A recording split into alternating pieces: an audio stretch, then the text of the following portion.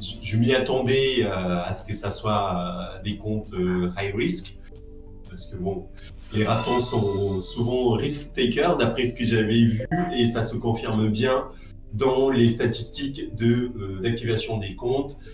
On a pratiquement 90% de comptes qui sont en high risk. Voilà. Donc le temps est donné dans notre communauté en termes de prise de risque. La plupart d'entre vous êtes des risk takers. Donc 65 comptes embarqués, pratiquement 90% en high risk. On a atteint en fait 72% de taux d'utilisation de mémoire, comme vous pouvez constater là sur ce graphe. Alors, qu'est-ce que ça veut dire?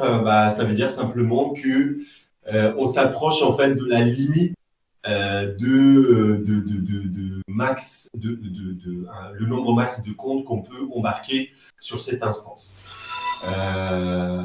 Donc, arrivé à un moment, on va être bloqué.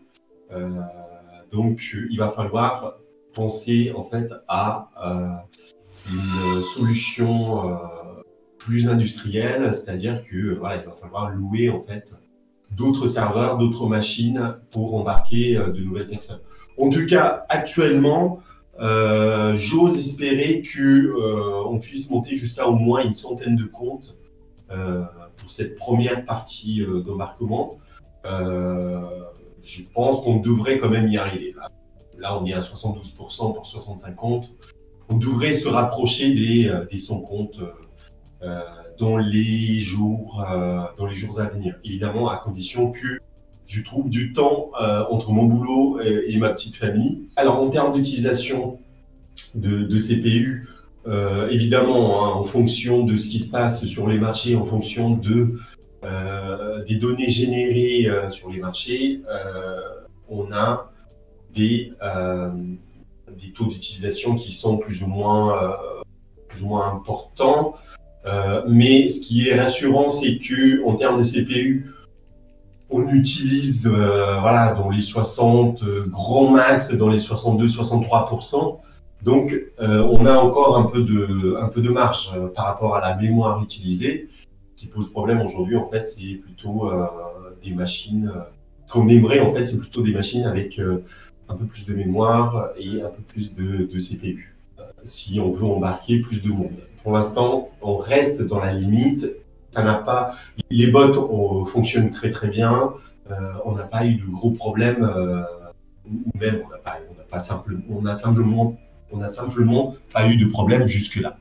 Sauf, évidemment, vous vous souvenez, ce qui ont embarqué les premiers, on a eu effectivement un gros souci en termes d'une des fonctionnalités du bot. En fait, on a été banni par Binance parce qu'on a envoyé un nombre trop important de requêtes quand une fonctionnalité a été activée. Une fonctionnalité particulièrement importante, c'est la fonctionnalité freeze. La fonctionnalité freeze, en fait, que les bots ont, c'est simplement le fait de geler les comptes à partir d'une variation du compte qui dépasse X% en fonction du profil des comptes.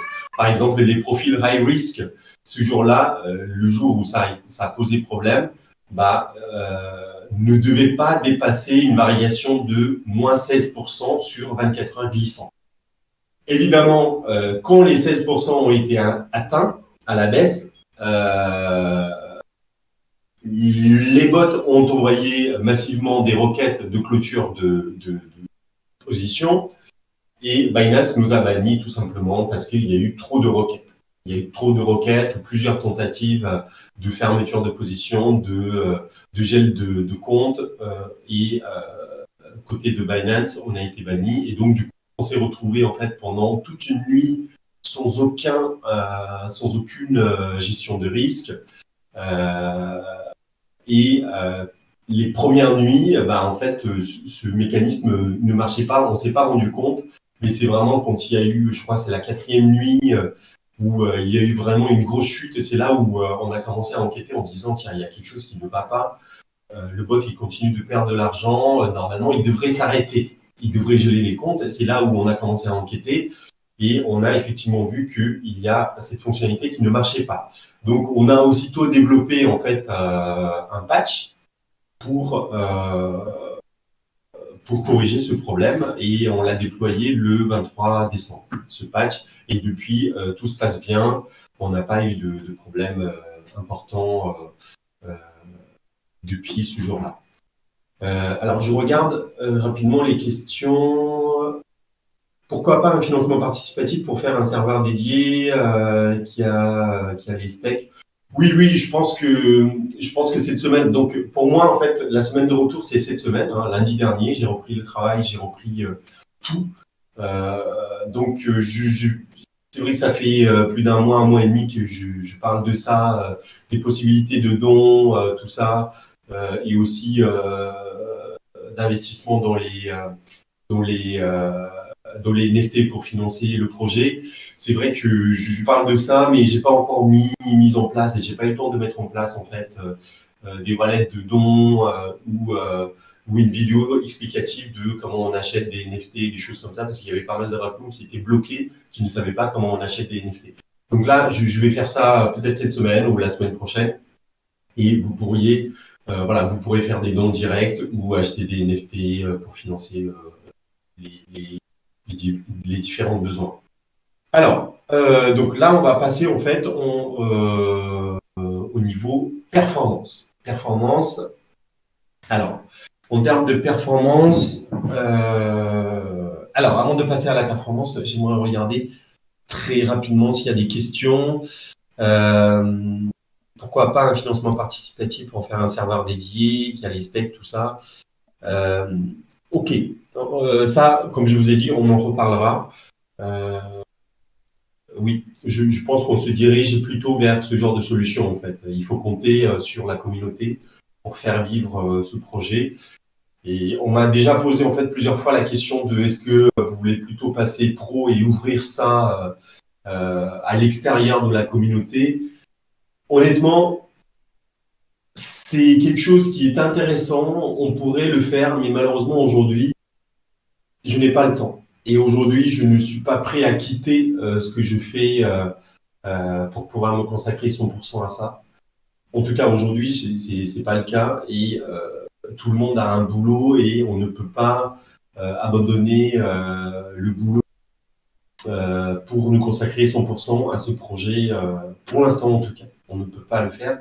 Donc, on va fonctionner en mode communautaire et c'est pour ça qu'on va essayer de limiter au maximum les gens qui sont de l'extérieur. Pour l'instant, les gens qui sont de l'extérieur, on ne va pas leur donner accès à notre bot. On a toujours dit que ce sont les gens de la communauté qui sont prioritaires. Donc, aujourd'hui, on est en manque de financement, tout ça. Donc, c'est normal qu'aujourd'hui, il n'y a que des personnes de la communauté qui embarquent sur le projet. Et c'est normal que ça soit leur compte qu'on branche. Et on verra bien, en fait, pour tout ce qui est toutes les personnes à l'extérieur de la communauté, on verra bien ce qu'on va en faire un peu plus tard. Voilà. Pour l'instant, on n'a ni les moyens ni le temps d'étendre le projet aux personnes extérieures. Alors, donc, la team, est-ce que la team recrute certains sont prêts à s'investir, j'en fais partie. Oui, en fait, on a comme je vous ai dit la dernière fois, on a une liste d'attente des développeurs. C'est quand même extraordinaire pour intégrer le projet. Donc, ce qui est vraiment très important, ce sont les développeurs. Et après, évidemment, en termes imaginons si on se développe beaucoup plus et que si jamais on s'ouvre à l'extérieur un jour, on aura forcément besoin des personnes qui vont modérer, qui vont répondre à des débutants, qui vont jouer le rôle de support, par exemple. Tout ça, parce qu'il y a des gens qui sont déjà proposés à devenir support pour le bot. Évidemment, tous ces gens-là, on va les former. Évidemment, si demain, le projet passe de projet communautaire à l'ouverture à l'extérieur et que ça génère de l'argent, évidemment, tous ces gens qui seront engagés, qui vont être là, pour moi, il faut qu'il profite aussi de toutes les retombées d'une ouverture à l'extérieur. Si jamais on le fait, évidemment, demain, une ouverture à l'extérieur. Pour l'instant, il n'en est pas évidemment question. Pour l'instant, on veut se limiter uniquement à la communauté pour des raisons financières et aussi du temps qu'on a chacun à consacrer à la communauté. Ok, donc passons aux choses un peu plus excitantes pour vous, je suppose. Donc, passons à tout ce qui est lancement du bot et performance et le comportement du bot. Parfait. Donc, ici, sur ce graphe, évidemment, vous l'aurez reconnu, c'est le graphe de Bitcoin USDT. On a lancé le bot le 13 décembre et on est ici, on a fait un plus bas à 39 500 et quelques. Donc, quand on l'a lancé, Bitcoin était à 50 171. Et ici, le 23 décembre, c'est le jour où on a déployé les derniers correctifs qu'on a mis en place en fait pour éviter les bans niveau Binance, pour éviter qu'on ait des problèmes de gestion de risque à cause de ce ban. Évidemment, quand je parle d'un ban Binance, une fois qu'on est banni, le bot, il a beau envoyer des requêtes, ça n'arrive pas jusqu'à Binance. Tout est bloqué et on se retrouve en fait plusieurs minutes, parfois plusieurs heures, sans aucune gestion de risque. Et donc, du coup, là, ça peut causer vraiment beaucoup de tort. Et c'est ce qui s'est passé vraiment quand il y a eu des raccoons qui ont embarqué, les tout premiers raccoons qui ont embarqué le 13 décembre. Là, très clairement, ce qu'on a eu, c'est avant de se rendre compte qu'il y a un problème, on avait déjà le mal qui était déjà fait. On avait le portefeuille high risk, il a glissé pratiquement de 55%. Donc là, on ne comprenait pas, on ne savait pas ce qui se passait. Au moment où on a compris, on a compris qu'en fait, il y a une fonctionnalité qui ne marchait pas, c'est la fonctionnalité freeze. Donc évidemment, les portefeuilles low risk et les portefeuilles medium risk n'ont pas pris aussi cher, même si tout le monde savait que le portefeuille high risk peut avoir un drawdown très facilement de 35%. Dans certains cas, quand il y a des gros moves, il peut y avoir des drawdowns temporaires de 35%, ou au contraire, quand il n'y a pas du tout de mouvement de marché, quand le marché il est tout flat, il peut y avoir des pertes continues qui sont dues au coût de couverture. Parce que pour ceux qui n'ont pas compris ce que c'est que la couverture, c'est par exemple, en fait, quand on est long sur BTC USDT et que en fait, le marché il n'a pas vraiment pris une direction claire ou il a pris une direction, il a semblé prendre une direction et finalement, en fait, il cale et qu'il ne prend plus de direction claire, le bot, en fait, ce qu'il va faire, c'est au lieu de clôturer la position, il va essayer de shorter le marché en face du long qu'on a ouvert pour essayer de couvrir les pertes si jamais le marché il se retourne à la baisse. Et il va faire ça systématiquement, ce que vous, évidemment, vous ne pouvez pas faire en tant qu'humain, parce qu'il faut faire ça jour et nuit, tout le temps, tout le temps, tout le temps. Et quand on short le marché ou quand on achète le marché pour couvrir une position existante, ça nous coûte très, très cher. Alors, quels sont les coûts? Les coûts, aujourd'hui, se composent de spread et évidemment les pertes latentes quand on clôture une position qui a une perte latente, même si c'est une position de couverture, si elle a une perte latente, quand on la clôture, la perte latente elle devient une perte définitive. Donc, votre portefeuille est impacté par cette perte. Donc, à chaque fois que le bot il va clôturer une position perdante sur une position perdante, une position de couverture qui est perdante, à chaque fois, on va on va perdre de l'argent et continuellement, si le marché il reste flat continuellement, bah, on va continuer de perdre de l'argent. Donc, les premiers qui ont embarqué, non seulement ils ont subi un calage de marché ici, dans cette zone-là, donc on a continué de perdre de l'argent en termes de dépenses de couverture, mais aussi on a subi en fait le non-fonctionnement, enfin l'arrêt de la fonctionnalité freeze, donc qui a laissé dépasser le maximum de pertes autorisées par 24 heures glissantes dans les portefeuilles. Donc tout ça à cause de ban côté Binance, hein, on a été banni. Donc aujourd'hui, on a déployé des correctifs qui devraient nous permettre d'éviter ce genre de situation. Et pour l'instant, ça a l'air d'être très solide comme correctif. Donc voilà, ça a plutôt bien marché. Donc regardons ce qui s'est passé en termes de performance. Donc là, ici, je vous montre en fait le comportement du bot depuis les plus bas. Donc là, arrivé à un moment, en fait, on est descendu. Donc il faut savoir que le compte high risk est passé de 2000 € à 2000 $ à pratiquement 1000 $. Voilà. Les tout premiers jours, à cause de ces dysfonctionnements opérationnels. Mais après, une fois qu'on a commencé à déployer petit à petit les correctifs et qu'on a enfin fini de déployer tous les correctifs le 23 décembre, bon, le bot, il a commencé à reprendre un peu des couleurs dans les portefeuilles high risk. Évidemment, tous les gens qui ont embarqué après les premiers, eux, ils étaient déjà dans le positif.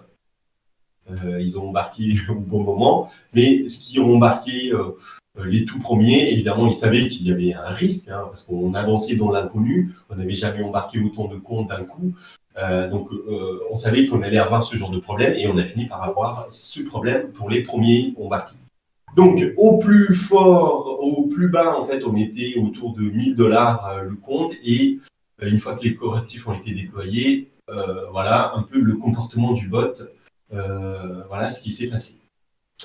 Donc, ce qu'on peut voir, c'est que le rattrapage, c'est-à-dire le temps de recovery en fait de la perte, a été pratiquement d'une dizaine de jours. Voilà. Donc ça veut dire quoi? Ça veut dire qu'en fait, on a eu un gros accident à cause d'un dysfonctionnement opérationnel pour les premiers comptes, qui ont fait perdre pratiquement 50% du capital, mais c'est pas pour autant que voilà, on a continué de perdre. Une fois que les correctifs déployés, le bot, il a bien fait son boulot. Et petit à petit, il a rattrapé les pertes et il est passé même largement en territoire positif. Qu'est-ce qu'on doit retenir de ça? On doit retenir la chose suivante, c'est-à-dire que même si demain on a un accident grave, notamment dans les portefeuilles high risk, c'est pas si grave que ça, dans le sens où si on identifie le problème et qu'on apporte le patch qu'il faut, parce qu'en fait, si on apporte le patch qu'il faut, normalement, ça devrait bien fonctionner. Voilà, les bots devraient remarcher normalement.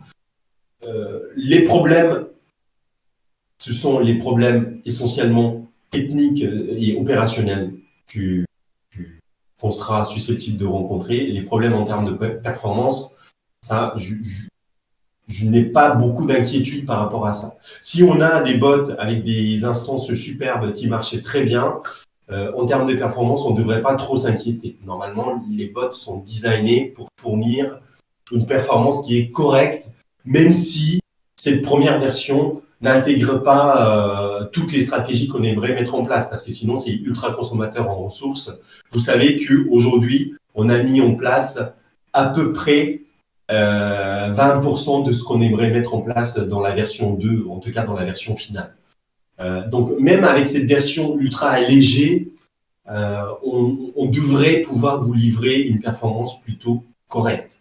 Donc, les seuls accidents aujourd'hui qui peuvent arriver, ce sont des accidents opérationnels, purement opérationnels, soit un problème chez notre fournisseur d'infrastructure, soit un problème chez Binance, parce que ça peut arriver aussi. Hein.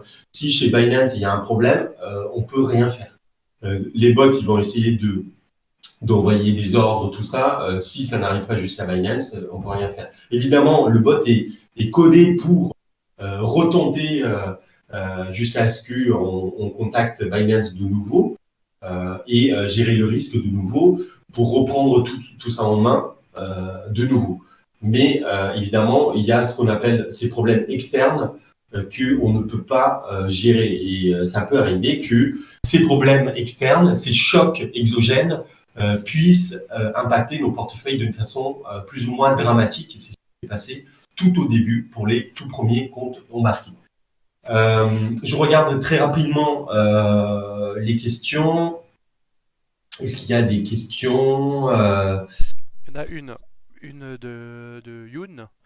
Le bot Ouais. utilise-t-il la plus-value créée précédemment pour les trades futurs? Absolument, oui. Le bot prend en compte, évidemment, si le bot, en fait, si le portefeuille est perdant, le bot réduit, est programmé, en fait, est codé pour réduire le risque. Par contre, si les portefeuilles sont en train de progresser dans le bon sens, le bot est programmé en fait pour prendre les bénéfices, les plus-values, non pas latentes, mais les plus-values réalisées pour les réinvestir. Donc à chaque fois, vous allez avoir une prise de risque qui va être un peu augmentée par rapport à vos plus-values réalisées. J'insiste bien sur les plus-values réalisées et non pas les plus-values latentes. Tant que les plus-values ne sont pas réalisées, le bot il ne va pas changer la taille des futures positions. Donc voilà un peu le comportement du bot. Donc vous pouvez voir que le rattrapage ne s'est pas fait très rapidement et c'est tant mieux parce que c'est exactement le comportement du bot qu'on attendait. Maintenant, je regarde un peu en termes de statistiques qui s'est passé. Donc là, je vais regarder en fait les statistiques pour les comptes qui ont été embarqués dès le premier jour et qui ont subi de lourdes pertes à cause de ce dysfonctionnement opérationnel qu'on a évoqué précédemment. Et donc voilà, depuis le 13 décembre 2021 jusqu'à aujourd'hui, on a eu 188 longs et 181 shorts. Donc c'est à peu près, comme vous pouvez voir, c'est pratiquement 50%, 50-50. Donc ça veut dire quoi? Ça veut dire que le bot, il a été dans un environnement où il n'a pas pris des paris directionnels, mais il a passé son temps à se couvrir et à se découvrir, à découvrir les positions, en fait, tout simplement. C'est ça que ça veut dire. Le bot, son travail, ces 3 dernières semaines, en fait, c'est essentiellement un travail de couverture et non pas de prise de position en mode directionnel sans couverture. Ce qu'on peut voir aussi, donc on a eu 369 positions en 3 semaines et le win rate n'est que de 23%. Et évidemment, le average win, ça rapporte une position gagnante en moyenne rapporte $53 et une position perdante fait perdre $15. Si on regarde en fait un peu ces statistiques côté position long, on a 22% de positions gagnantes avec en moyenne chaque position gagnante qui rapporte $48, $49 et chaque position perdante qui fait perdre $16. Et on a à peu près le même niveau de win rate, donc 24% de win rate sur les shorts, et les shorts rapportent un peu plus en moyenne que les longs, avec 58 $ en moyenne rapportés par position gagnante, et 14 $, 15 $ en moyenne qu'on perd par position perdante. Évidemment, on n'a que 22% de positions gagnantes et 22% de positions gagnantes côté long et 24% de positions gagnantes côté short. Alors, pourquoi il y a cette situation-là? Comme je vous l'ai dit, le bot, il a passé son temps, mais 24 heures sur 24, à se couvrir et prendre des petites pertes. Il prend son job, en fait, dans ce marché, ici, notamment ici et ici, ou ici, c'est ce qu'on appelle en fait des zones où le marché est flat, ici, ici, ici, où il ne se passe rien sur les marchés. Le bot, en fait, il passe son temps à prendre des positions et prendre des petites pertes. Dès qu'il y a des petites pertes, il va les prendre et après il va retenter, il va couvrir les positions en cours, il va prendre des petites pertes, et il y a énormément de positions qui ont des toutes petites pertes. Voilà, c'est ça que ça veut dire. Et les positions, quand elles sont gagnantes, ils ont plutôt des gains importants, mais les positions gagnantes ne sont pas très nombreuses. Et c'est ce qui s'explique ici. Sur un compte de 2000 $, on avait un profit de 155 $. Aujourd'hui, parce qu'en fait, il faut savoir qu'il prend en compte uniquement des positions clôturées. Donc, si on regarde aujourd'hui, ce même portefeuille, il délivre plutôt 17%. 17%, il est à 3000. Alors, donc là, c'est en train d'afficher en live. Attendez. Donc là, en plus, il y a les positions qui sont en cours. Voilà. Donc, aujourd'hui, ce portefeuille, il est à 2340 $ avec les plus-values latentes. Donc, ça représente 17% depuis le début. Malgré l'accident qu'on a pu connaître tout au début, ça représente plus 17%. Pour le portefeuille medium risk, ça représente plus 7%. Et pour le portefeuille low risk, ça représente plus 3% depuis le début. Donc, ici, ce qu'on peut voir, en fait, on a des trades qui ont rapporté, des trades gagnants qui ont rapporté 4619 $, et les trades perdants qui nous ont fait perdre 4464 $. Donc, en fait, c'est une période où le bot, il n'a fait que de la couverture. C'est pour ça que vous avez cette statistique qui n'est pas très parlante pour les gens, en fait, qui ne sont pas très habitués avec les marchés, et surtout avec les couvertures. Ici, les statistiques, donc les positions gagnantes ont été tenues en moyenne 14 heures, et les positions perdantes ont été coupées très rapidement en moyenne au bout de 3 heures, 2,7 heures. Ce qu'il faut aussi regarder, c'est que ici, vous avez les performances nettes après avoir pris en compte les spreads, après avoir pris en compte les exécutions et les fees, les frais. Donc, aujourd'hui, sur le compte high risk, vous avez 2340 $. On était parti avec 2000 $. Donc, au bout de 3 semaines, on a 2340 $ qui représentent 17%. Mais ce qu'on n'a pas pris en compte là-dedans, c'est les fees. En 3 semaines, on a payé à Binance pratiquement 324 $. Donc, 324 $, ça représente pratiquement 16%. 16% de performance qui est partie en fumée dans les fees. Et ça aussi, c'est caractéristique d'un environnement où le bot travaille uniquement, se concentre uniquement sur un travail de couverture de position.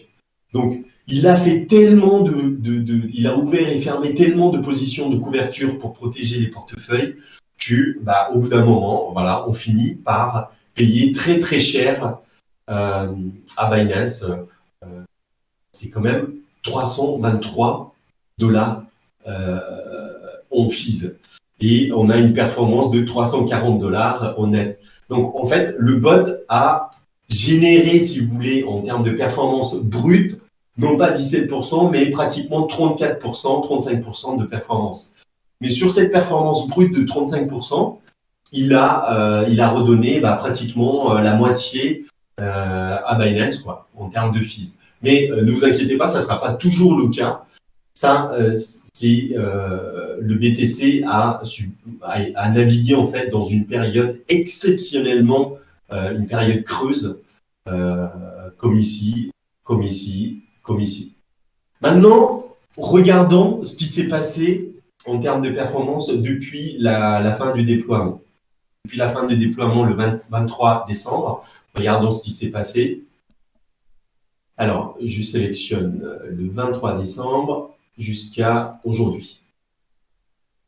Depuis le 23 décembre jusqu'à aujourd'hui, on a pratiquement une centaine de positions au moins. Évidemment, la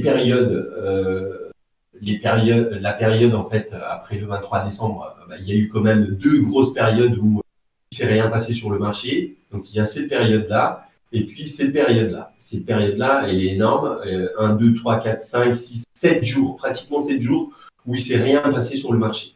Donc depuis le 23, depuis donc, le déploiement des correctifs, il y a eu 1, 2, 3, 4, 5, 6, 7, 8, 9, 10, 11, 12, 13, 14, 15 jours. En fait, pratiquement tout le temps, le marché, il était flat. Et il ne se passait rien. Donc, c'est la raison pour laquelle il y a eu, encore une fois, on peut vérifier que le bot, en fait, il n'a fait que le travail de couverture. On a eu 179 positions. Donc, ça, c'est plutôt pour les comptes qui ont été embarqués, par exemple, au tout dernier. Ces comptes-là ont ces statistiques-là. Donc, post-déploiement des correctifs, les comptes qui ont été embarqués après les correctifs ont ces statistiques-là. Normalement, vous devriez vous retrouver avec ces statistiques. Donc, ça veut dire quoi? Ça veut dire qu'il y a eu, par exemple, s'il y a quelqu'un qui a embarqué le 23, lui, avec 2000 dollars pratiquement, il a 667 de profit net. Il n'aura payé que 188 dollars de fees. Les positions gagnantes ont été détenues pendant pratiquement 18 heures. Les positions perdantes ont été coupées évidemment beaucoup plus tôt, au bout de 4 heures. Et puis, on a ici les durées de transactions, post-mise à jour, post-déploiement des correctifs. Les positions qui ont duré entre 0 et 5 minutes, il y en a eu. Donc, ça représente très peu de positions. Des positions qui ont été détenues entre 5 et 15 minutes. Donc, entre ouverture et fermeture, il s'écoule 5 à 15 minutes. Il y en a eu 12. Des positions qui ont été détenues entre 15 minutes et 1 heure, il y en a eu 56.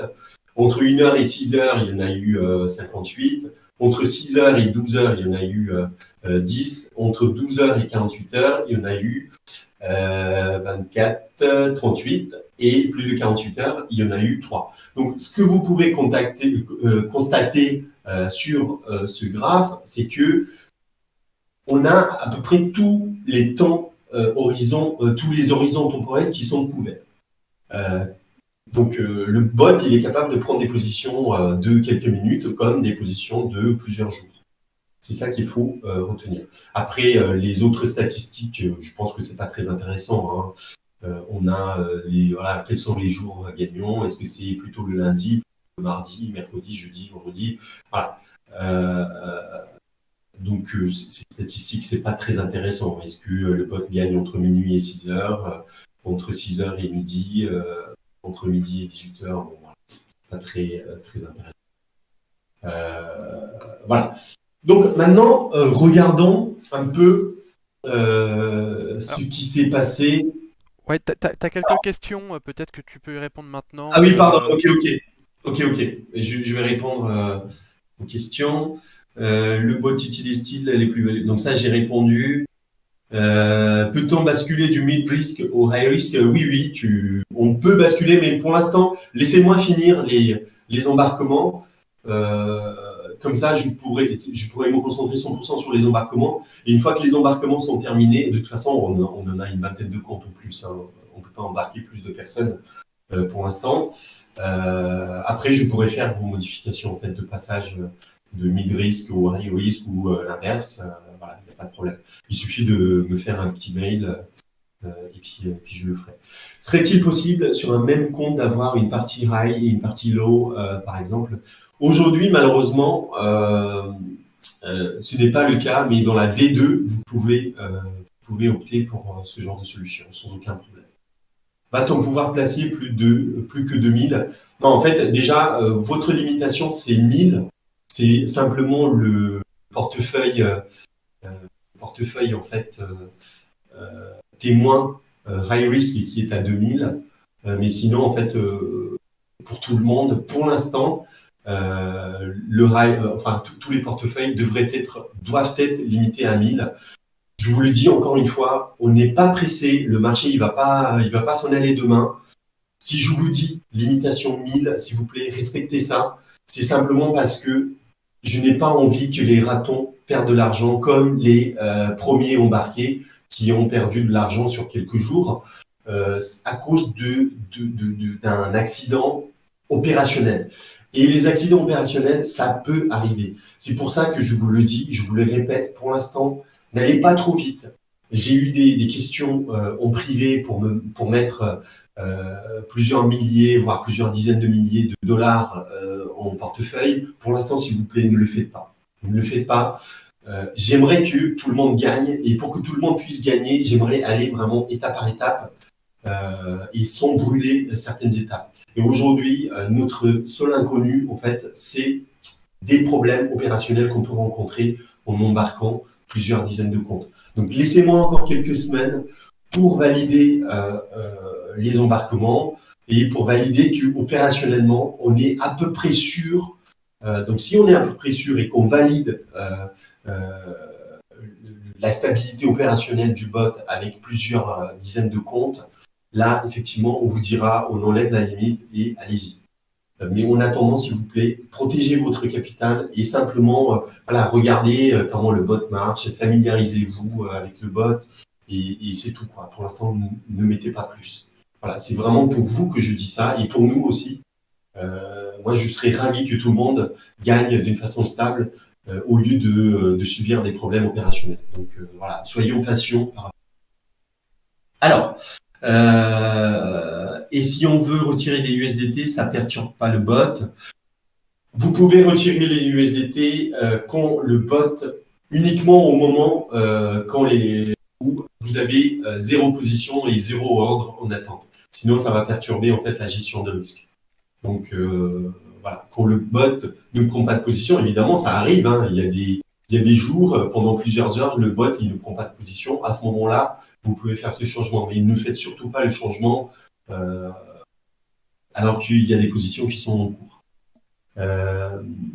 Les patchs ont-ils pu être testés avec la conjoncture? Oui.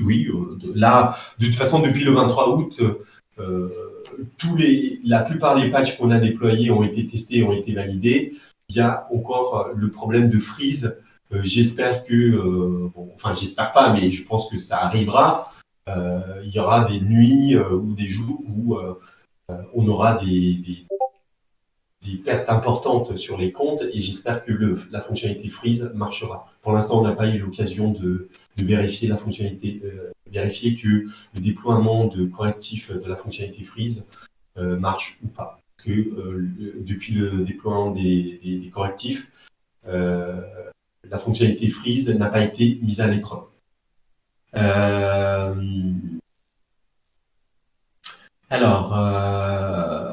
C'est bien malgré la baisse des marchés. Oui, ce qui est important à voir, c'est que entre le lancement et les plus bas, le Bitcoin a perdu 20,90%. Et notre portefeuille témoin high risk en performance brute a gagné pratiquement 35% et en net a gagné 17%. Voilà. Donc voilà. Donc voilà un peu ce que je voulais vous dire. Je regardais très rapidement les questions. À partir de quand on pourrait aller au-delà de 1000? Donc ça, j'ai répondu. Alors maintenant, regardons pour finir quel a été, donc depuis le déploiement des correctifs, quel a été le comportement du bot dans les phases volatiles. Donc il y a eu 3 phases volatiles, on peut dire qu'il y en a eu surtout 2 phases volatiles, le 28 décembre et le 5 janvier. Donc regardons ce qui s'est passé le 28 décembre et le 5 janvier. Donc je vais sélectionner ici le 28 décembre. Voilà. Le 28 décembre, si on regarde en fait ce qui s'est passé, donc ici, ce jour-là, le bot en fait il a plutôt très bien réagi et quand on regarde en fait le profit margin, on n'est plus autour de 4-5% de profit margin, mais on est à 54% de profit margin. Donc ça veut dire quoi? Ça veut dire qu'on a gagné $372 pour une perte de $171 avec un profit net de $201. Et vous voyez ici, pour un profit net de $201, on a payé que $11 de fees. Donc, ça veut dire quoi? Ça veut dire que le bot, donc, alors, en termes de long, il n'y en a eu que 2 longs et les 2 ont été perdantes. En termes de short, il y en a eu 4. On a 3 shorts sur 4 qui ont été gagnantes, avec en moyenne $124 de gain pour $45 de perte. Donc c'est plutôt très bien géré. Donc voilà, on est très content de cette journée de volatilité qui a été parfaitement bien gérée par le bot. Et regardons maintenant ce qui s'est passé le 5 janvier 2022. Le 5 janvier 2022, c'est aussi une journée où le marché a pas mal bougé. Quand on regarde le 5 janvier, hop, je sélectionne le 5 janvier. Hop. Et là, le 5 janvier, il y a eu un peu plus de positions et le bot a géré encore mieux le profit margin qui est de 72%. Ce jour-là, il a gagné $353 pour une perte de $98. Et ça se reflète ici. En tout, il y a eu 29 positions ce jour-là, 41% de positions gagnantes. Pour chaque position gagnante, il y a pratiquement $30. Et pour les positions perdantes, il n'y a eu que $5 de perdu. Et évidemment, il y a eu aussi bien des shorts que des longs ce jour-là. Alors que si on regarde le marché, en fait, le marché, il est plutôt, ça a été une journée plutôt, pardon, c'était ici. Ça a été une journée plutôt baissière. Mais le bot, en fait, il a géré, il a eu des positions à la fois long et short ce jour-là, et il a parfaitement bien géré le marché, les positions. Donc voilà un peu ce que je voulais vous dire par rapport au bilan performance et puis au bilan opérationnel. Et là, actuellement, on est autour de 17% net pour le portefeuille high risk, 7% pour le portefeuille medium risk et puis 3% pour le portefeuille low risk. Voilà les amis, j'ai fini. S'il n'y a pas de questions, on peut terminer là. Ouais, à voir si... Éventuellement, s'il y a quelques si vous avez des dernières questions, questions. n'hésitez pas, surtout c'est le moment. Malgré quelques soucis. Oui, tu parles notamment du ban Oui, de Binance. oui, c'est clair que franchement, enfin, je pense que en tant qu'humain, si jamais en fait vous êtes confronté à une perte de pratiquement 50-55% de votre compte, en tant qu'humain, c'est très compliqué de se rattraper. c'est vraiment très très compliqué parce que l'humain, il va être dans l'émotionnel, il va se dire il faut que je me rattrape, je suis énervé, je suis frustré. Vous connaissez l'histoire, hein, on a pratiquement 100% des traders qui sont perdants à cause des émotions, justement. Je parle bien de trading intraday ou swing et trading très actif. Hein. Donc on a pratiquement, les statistiques sont claires, plus de 90% des personnes perdent de l'argent, pratiquement la totalité. Donc perdre 50% et revenir petit à petit, il n'y a qu'un bot qui peut le faire. Et prendre des positions à la fois des positions à l'achat comme des positions short, évidemment. Il n'y a plus de billets long ou billets short, il y a vraiment, tout est possible. Et le bot, c'est pour ça que le bot, il est capable de gérer, là, vous voyez, la journée des 5 janvier, il gère aussi bien des positions exactement, pratiquement le même nombre de positions long que short. Très bon taf du bot globalement et bonne réactivité face aux problèmes opérationnels. Bravo l'équipe, merci beaucoup. Bravo, super bilan. Écoutez, nous on est ravis que tous ces comptes, là c'est clair, tous les comptes, malgré en fait cette phase baissière de Bitcoin, hein, là actuellement si on doit regarder là tout de suite, le Bitcoin il perd quand même pratiquement 15% depuis le lancement. Malgré cette perte de 15% des marchés, on a tous les comptes Raccoon qui sont dans le vert. C'est ça qui est bien. Donc, il faut aussi se comparer par rapport au marché. Il ne faut pas s'intéresser uniquement aux résultats absolus. Il faut aussi, de temps en temps, se comparer au marché. Évidemment, si on se compare au marché, on a une performance nette de pratiquement 35%, en plus 35% par rapport au marché. Parce que le marché a perdu 15%. On a le bot qui nous délivre 16-17% net depuis 3 semaines. Donc, c'est aussi intéressant. N'hésitez pas à comparer aussi par rapport au marché. Si, par exemple, le marché tombe de 60% et que le bot il délivre une performance de moins 20-25%, nous, on sera très contents de ne pas avoir subi le marché, la baisse, l'intégralité de la baisse de marché. Nous, on est plus, moi personnellement, je me compare toujours au marché et non pas à la performance absolue. Mais évidemment, si la performance absolue est positive, évidemment, tout le monde est content. Je suis vraiment très très content qu'il y a des raccoons qui gagnent en performance dans leur portefeuille alors que le marché y tombe. Alors, que faire enfin pour embarquer? Donc là, vous devez suivre en fait ce qui est marqué dans la communauté. Il y a des directives qui sont mises dans différents posts qu'il faut suivre et envoyer. Il faut suivre ça et envoyer le mail avec tous les détails qu'on vous demande, les données qu'on vous demande. Est-ce qu'il y a un live tous les mois? Non, moi en fait, je vais essayer de faire un live toutes les semaines. Évidemment, à condition que je trouve le temps, mais je vais essayer de faire vraiment toutes les semaines. Un petit bilan toutes les semaines. Et puis, as-tu prévu une plateforme pour automatiser les embarquements et éventuellement modifier nos profils de risque?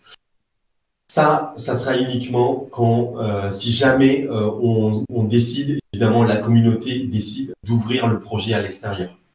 Là, évidemment, moi, je me vois incapable, je ne me vois pas du tout gérer 1000 comptes ou 2000 comptes manuellement et faire le support, tout ça. Non. Là, vraiment, si un jour la communauté veut que le projet passe à la vitesse supérieure et qu'on ouvre le projet à l'international et à l'extérieur déjà à l'écosystème français et à l'international, là, très clairement, on entrera dans une autre dimension et là, on doit tout automatiser.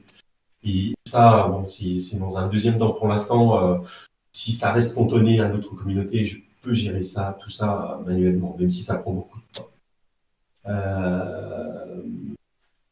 Si tu as besoin d'un larbin, je veux bien faire ça. Merci Quoi? Thibaut. Il y a Thibaut qui dit si tu as besoin d'un larbin, je veux bien le faire. De quoi? De tout rentrer manuellement.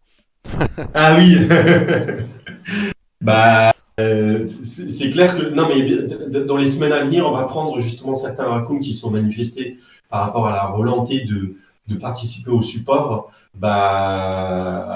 dont pas cette semaine, peut-être la semaine prochaine, chacun de ces personnes qui sont manifestées, on va faire un petit call en fait, un petit call groupé peut-être pour essayer de voir comment organiser un support, tout ça. Et puis, qui sait, peut-être que d'ici 1 an, 2 ans, si le projet est ouvert à l'extérieur, à l'international et que tout marche bien, vous pouvez aussi vous consacrer 100% à ça. J'en sais rien, je dis ça comme ça.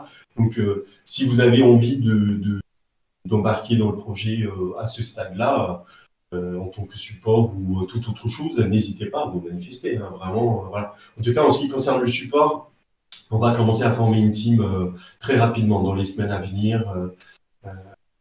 Je pense que ça pourrait être intéressant qu'on republie peut-être sur le groupe Facebook les besoins qu'on peut avoir encore dans la communauté. Oui, Tu parlais du oui, développeur web, ça en fait partie. oui, je vais peut-être publier quelque chose, Ouais, effectivement. histoire de résumer un Voilà. peu, parce que j'en ai vu beaucoup là durant le live qui ont proposé leur aide. Alors déjà, merci, c'est hyper sympa. Maintenant, faut voir comment on peut vous intégrer au projet, quoi. Ouais. Mais en tout cas, pour le support, là, ça va arriver très très vite. Et, la communauté va former une équipe support, évidemment, qui sera là au fur et à mesure de l'évolution du projet. Hein. C'est la communauté qui va décider comment on va évoluer, tout ça. Pour l'instant, je suis contre le fait d'ouvrir à l'extérieur, mais si la communauté demain décide, on va ouvrir ça à l'extérieur, on le fera. Et là, évidemment, il faut que la communauté soit là et des personnes soient là pour avoir les différentes équipes en place. Alors, les autres, pouvons-nous augmenter la taille de notre portefeuille en cours de route? Exemple, j'embarque avec 500 $ et je souhaite ajouter 200 au bout d'une semaine. Est-ce réalisable? Oui, c'est réalisable. Encore une fois, il faut attendre que le bot ait 0 position et 0 ordre en cours. Voilà. Évidemment, ne dépassez pas 1000, s'il vous plaît.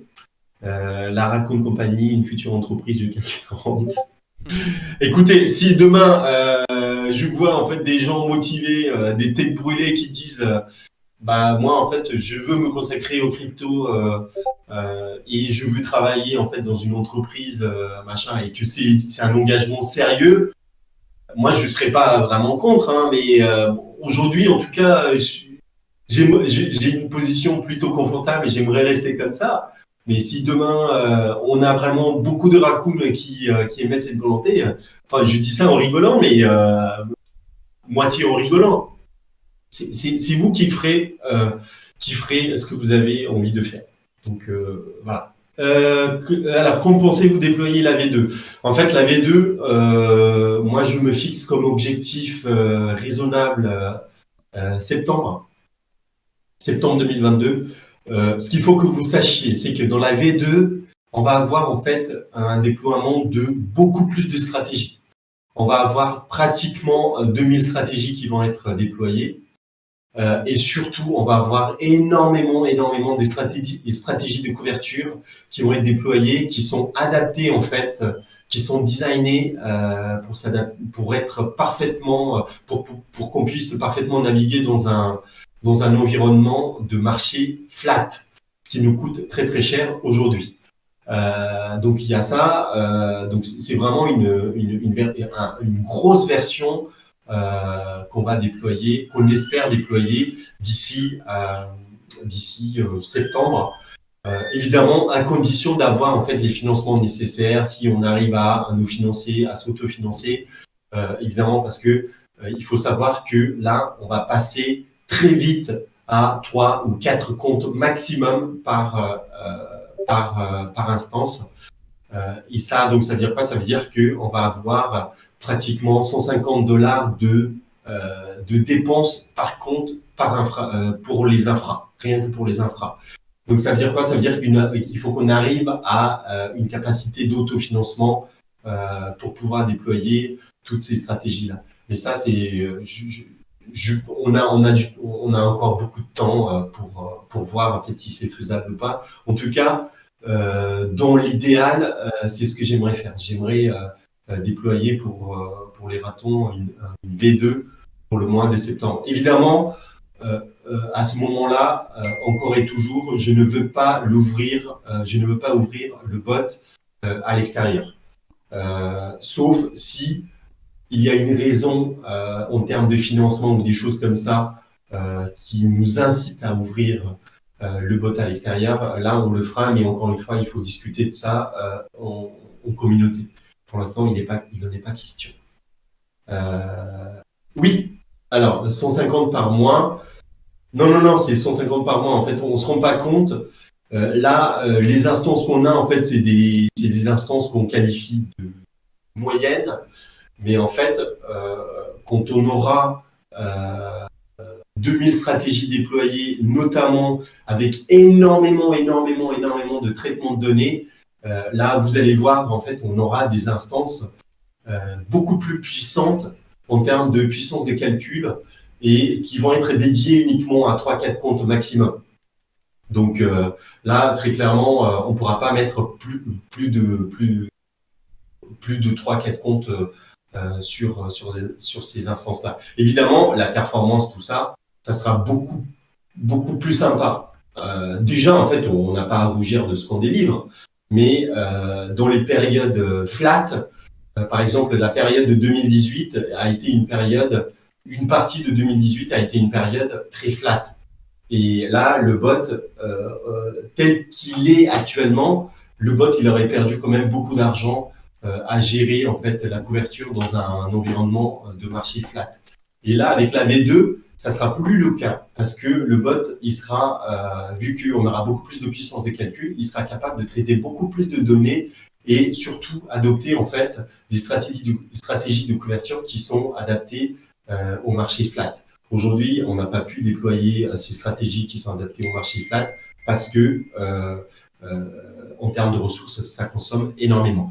Donc là, on ne va pas dépasser beaucoup trop le temps qu'on s'est fixé. On avait dit 1 heure. Le bot qui gagne des sous pour le bot, c'est pas utopiste, non? Si tout le monde gagne, si toute la communauté gagne, je pense qu'on pourrait financer tous ensemble le projet. Je pense qu'on peut. Le but, c'est quand même l'autofinancement par la communauté. Donc, moi, je pense qu'on peut y arriver. Comment vous vous financez pour le moment? Et comment vous comptez vous financer pour la V2? Pour le moment, en fait, c'est essentiellement nous qui sortons de l'argent de notre poche. Bon, c'est pas non plus, voilà. Personnellement, comme je vous ai dit lors du dernier live, personnellement, moi, j'ai mis de l'argent dedans. J'ai dépensé de l'argent personnellement. Et puis, il y a eu jusqu'à août 2021, il y a eu les ratons qui sont tagués comme Raccoon chez Binance, qui ont pu financer partiellement ces dépenses. Mais depuis fin août 2020, il n'y a plus beaucoup de revenus par rapport à ça parce que Binance n'autorise plus en fait le trading sur les comptes non vérifiés. Et il faut savoir que l'essentiel des comptes Raccoon, c'était des comptes non vérifiés et c'était des comptes en fait qui étaient ouverts en deuxième ou troisième compte. Et les comptes déjà vérifiés, ça ne profite pas à nous. Donc du coup, niveau financement, aujourd'hui on sort essentiellement de notre poche. Là, on a eu quelques ventes de NFT, donc ça nous a permis de soulager un peu les dépenses. Donc c'est quelques NFT vendus. Donc je pense que voilà, comme ça, on devrait y arriver. Et surtout, il y a une piste qui est très très importante, c'est les gros comptes qui vont générer des gros profits. J'aimerais bien qu'ils parrainent quelque part, ils prennent en charge les dépenses des petits comptes qui ne peuvent pas se permettre de payer des sommes importantes. Donc il faut vraiment qu'on pense vraiment communautaire et non pas commercial. Et évidemment, si on n'y arrive pas au bout d'un moment, on pourrait essayer d'ouvrir le bot à l'extérieur afin de générer de l'argent qu'on investira dans le bot pour les ratons. Et ça, c'est vraiment en dernier recours, on verra bien. Mais restons vraiment dans l'état d'esprit qui est celui qu'on a depuis le départ. C'est ce qui gagne beaucoup, on va essayer de financer les petits comptes. Quelqu'un qui a $1000 de compte, j'ai pas envie de lui demander de financer une instance à $150. Par contre, si quelqu'un a 150 000 ou 200 000 $, et qu'il gagne 20 000 $ sur le mois grâce au bot, j'aimerais bien que cette personne prenne en charge au moins 2-3 petits comptes, les dépenses de 2-3 petits comptes. Et c'est un peu comme ça qu'on va y arriver. On ne va pas y arriver en imposant des abonnements ou des choses comme ça aux ratons. Mais bon, étape par étape, on verra, et surtout, c'est la communauté qui décidera. Mais vraiment, restons dans l'esprit communautaire le plus possible pour nous autofinancer. Et ça peut être aussi à travers des dons, hein, comme je vous ai dit. Promis, je vais ouvrir quelque chose pour les dons, peut-être pas cette semaine, mais max la semaine prochaine. Donc voilà, ce qui gagne, même si c'est $10, n'hésitez pas à donner. Comme ça, voilà, ça va profiter, ça profitera aux gens qui ne peuvent pas se permettre de payer leur instance. En tout cas, on n'en est pas là. Hein, pour en arriver là, il faut qu'on déploie la V2. Aujourd'hui, pour financer les instances qu'on a actuellement, on a évidemment besoin de dons ou des participations si vous gagnez de l'argent avec nous, évidemment. Si vous ne gagnez pas, tant pis, c'est pas grave. Mais s'il y a des gens qui veulent participer au projet via des dons, je mettrai quelque chose en place la semaine prochaine, grand max. Ok, donc je vais finir sur ça vraiment, parce que sinon on est en train d'exploser le temps qu'on s'est donné. Donc voilà, j'espère que voilà, vous êtes très contents de ce qui se passe jusque-là, et j'espère que vous serez aussi contents sur le long terme avec un bot qui gère à votre place, et que vous n'ayez pas à subir les stress émotionnels qu'on peut subir lors des tradings de très court terme, notamment avec levier. Donc voilà, je suis plutôt satisfait de ce lancement, et puis j'espère que ça continuera comme ça. Voilà les amis, donc merci. Oui, une cagnotte style litchi ou non, je pense pas. Je pense que oui, on verra comment on va mettre en place en fait une cagnotte. Enfin, une adresse de don, je pense. Je pense que c'est mieux. Comme ça, vous verrez, en fait. Voilà. En tout cas, on y réfléchit, et puis on vous dira ça d'ici la semaine prochaine. Voilà. Merci beaucoup, les amis. Merci d'avoir été là. Et je vous dis à très, très vite.